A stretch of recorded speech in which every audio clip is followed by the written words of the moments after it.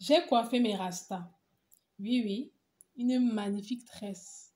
Comme le titre du livre dont nous allons parler aujourd'hui. La tresse. Quel titre bizarre, vraiment. Qui appelle son livre La tresse? Bref, Laetitia Colombani l'a fait. La tresse est un roman bouleversant. C'est un roman magnifique qui relate les difficultés de trois femmes sur trois continents qui ne se connaissent même pas et qui en apparence sont totalement différentes et n'ont rien à voir l'une avec l'autre, mais qui vont s'impacter d'une manière ou d'une autre et qui seront reliées par le fil de la vie. Ce livre, c'est une pépite que vous devez absolument lire. Laetitia Colombani, qui a écrit ce livre, est une scénariste et écrivaine française qui a gagné de nombreux prix.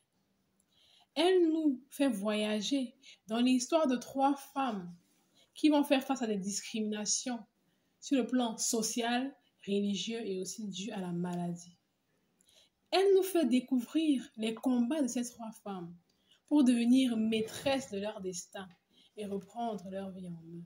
Oui, quand vous aurez fini de lire ce livre, si vous ne croyez pas au destin, vous allez commencer à y croire. Si vous ne croyez pas aux synchronicités, car vous allez y croire, forcez seulement. Je dois avouer que ce livre m'a fait couler une larme. Quand vous aurez fini de lire ce livre, vous aurez juste envie de le recommencer pour ressentir à nouveau ces émotions, pour partager à nouveau le combat de ces femmes.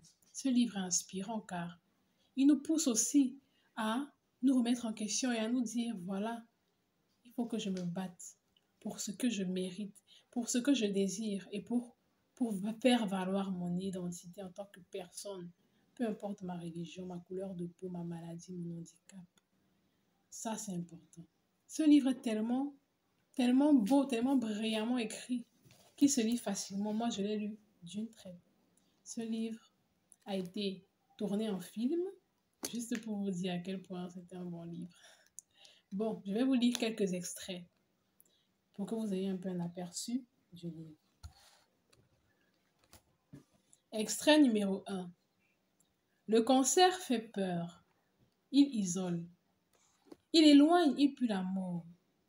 À son contact, on préfère se détourner, se boucher le nez. Intouchable, voilà ce que Sarah est devenue. Reléguée au banc de la société. Deuxième extrait. Ce qu'elle redoutait a fini par arriver. Sarah est devenue son cancer. Elle est devenue sa tumeur personnifiée. En elle, les gens ne voient plus une femme de 40 ans brillante, mais l'incarnation de sa maladie.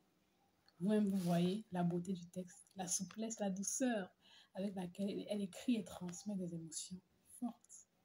Si vraiment ça ne vous a pas convaincu, je ne sais pas, hein? Mais si par contre vous êtes intéressé, vous pouvez me contacter.